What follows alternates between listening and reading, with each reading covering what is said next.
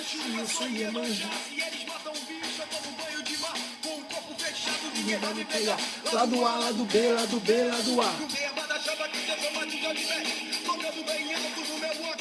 Esperando o carnaval do ano que vem. Não sei se o ano vai ser do mal ou se vai ser do bem. Se vai ser do bem, do bem, do bem. Se vai ser do bem. Com esse ano de 2020 aí, que não sei não, né? Não sei se é um ano meio atípico aí, uma situação meio conturbada que a gente tá vivendo. Vamos começar falando sobre a música do Rapa, lado B, lado A, lado A, lado B, vamos fazer uma associaçãozinha com o processo de separação do Brasil, né? A gente vai entender qual que é o lado A e qual que é o lado B que vai acontecer durante esse período e como é que vai ser essa separação e o processo de construção do que vai vir a ser o nosso querido e amado Brasil. Tá bom, pessoas? Bora começar? Primeira coisa, século XVIII, ali, o que estava acontecendo?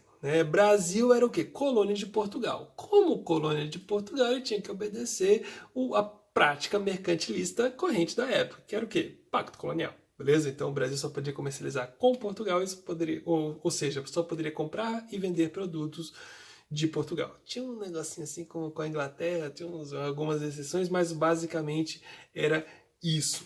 Beleza? E a partir do século XVIII a gente vai ter um processo de mudança e de separação na forma de pensar, né? Ali durante o decorrer do século XIX, entre a colônia portuguesa, né? Principalmente a elite da colônia portuguesa, que vai começar a pensar de uma forma diferente, os grandes proprietários de terras, os comerciantes e os traficantes de escravos começavam a ficar um pouquinho insatisfeitos com a prática da metrópole. Tá? A metrópole ela vai passar por um período de estagnação econômica durante muito forte, ali pós União Ibérica e tudo. Então Portugal estava em frangalhos, beleza? Tanto é que eles são extremamente dependentes do Brasil. 83,7% de todas as exportações dos reinos portugueses, né, dos territórios portugueses, vem do Brasil. Tá? E eles correspondiam basicamente, o Brasil correspondia basicamente mais da metade de toda a riqueza que os portugueses obtinham com a exportação de produto. Beleza? Então era uma dependência muito forte para com o Brasil. Tá? Eles eram o grosso da economia portuguesa, o que consequentemente acabava vulnerando nosso país e levando as pessoas por aqui a vislumbrar a necessidade de separação. Tanto é que a gente vai falar um pouquinho sobre conjuração mineira e conjuração baiana durante esse vídeo também, beleza?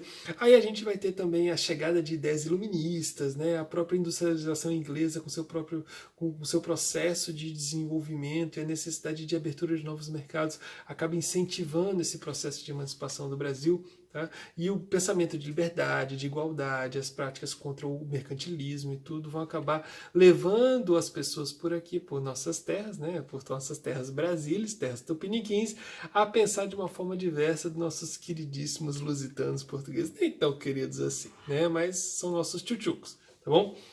Tá? E como é que estava acontecendo em Portugal ali por volta do século XVIII? Né, a gente vai ter a chamada política pombalina, né, em homenagem a Marquês de Pombal. Tá bom? Ali durante o século XVIII a gente vai ter um período de um pouquinho de recuperação econômica por parte de Portugal em função da descoberta de ouro no Brasil. Essa descoberta de ouro acaba enchendo um pouco os cofres portugueses, dando uma desafogada em Portugal. Não vai ser uma riqueza que vai se estender, até porque o ouro é uma riqueza sazonal, né? Ela vem e vai, porque as minas de ouro elas passam por um período de se extrai aquele produto e depois ele entra em queda porque ela acaba, né? Não tem como você criar ouro, né? Os alquimistas tentaram, mas ninguém acaba conseguindo fazer esse tipo de coisa. E Dom José I, ele vai fazer uma série de reformas durante o seu governo, durante esse período basicamente. E essas reformas vão ser encabeçadas por um de seus ministros, um cara que era praticamente o primeiro-ministro de Portugal, um déspota esclarecido, como a galerinha gostava de dizer gostou de dizer depois, que vai ser o chamado Marquês de Pombal, mais conhecido como Sebastião José de Carvalho e Melo, tá bom? Ele vai tentar limitar a influência inglesa dentro de Portugal, né? tirando os ingleses como intermediários comerciais dos portugueses, dando essa riqueza para os portugueses, né? Com menos intermediários você vai poder obter um lucro maior. Ele vai tentar incentivar um pouco mais de manufaturas dentro da metrópole, tentar incentivar, não quer dizer que ele vai conseguir de fato fazer isso, mas já é uma prática, uma lógica de pensamento mais condizente. Ele vai fazer uma série de alianças com grandes comerciantes, com a nobreza letrada, com uma nobreza mais para o lado da burocracia e deixando de lado um pouquinho aquela nobreza de meio feudal, meio ligada às terras. Então ele queria levar o Portugal a um processo de desenvolvimento mais moderno, né? Ele queria tornar Portugal um país mais moderno. Beleza? Né? Ele vai fazer uma série de medidas econômicas, apesar dele ser um déspota esclarecido, ele vai fazer uma série de medidas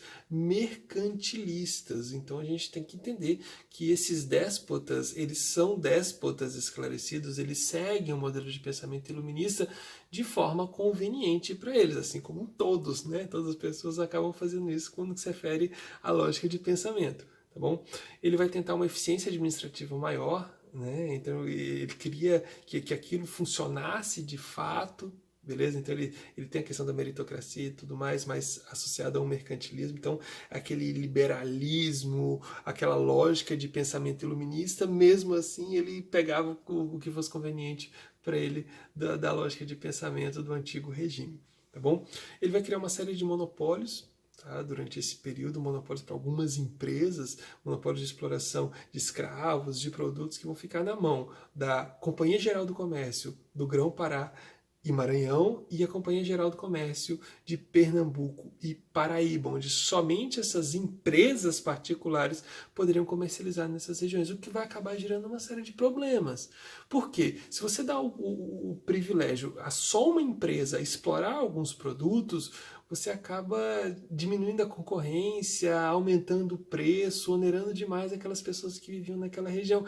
E essas pessoas vão poder vender seus produtos somente para essa empresa, e essa empresa provavelmente vai comprar barato e vai tentar vender os seus produtos cada vez mais caros, tá bom? O que gera um conflito com essas populações locais, essa lógica de pensamento. E até o século XIX, essa vai ser a prática habitual do Estado português para com o Brasil e para com todas as suas colônias. Tá?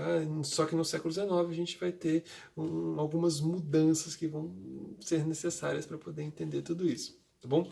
Durante o governo de Marquês de Pombal, a gente vai ter a expulsão dos jesuítas da Ordem de Jesus de Portugal. Tá? Por quê? Porque o Sebastião, né, o Tiãozinho, né, o meu querido, meu tchutchuca aí, Marquês de Pombal, ele queria aumentar o controle do Estado para com as suas colônias, para com todo o Estado. Então ele tinha alguns problemas para poder tentar resolver, entre eles os jesuítas, que eles tinham um controle muito forte nos locais onde eles estavam presentes maciçamente. Tá? Primeiro, eles não eram subordinados à coroa, eles eram subordinados a Roma, e uma subordinação assim, meio independente, assim, eles poderiam fazer muitas coisas, assim, então eles não tinham muito controle sobre esses jesuítas dentro do território colonial português aqui na América.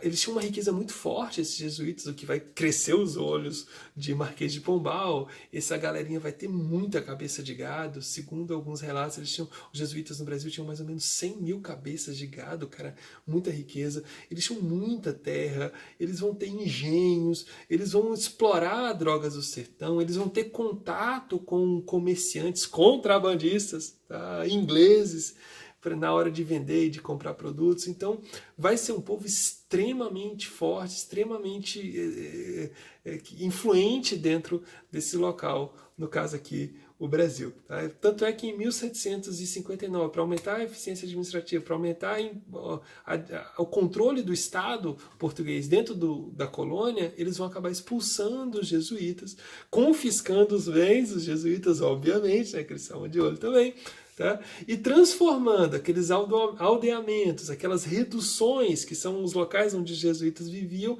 em vilas e aldeias. Tá bom?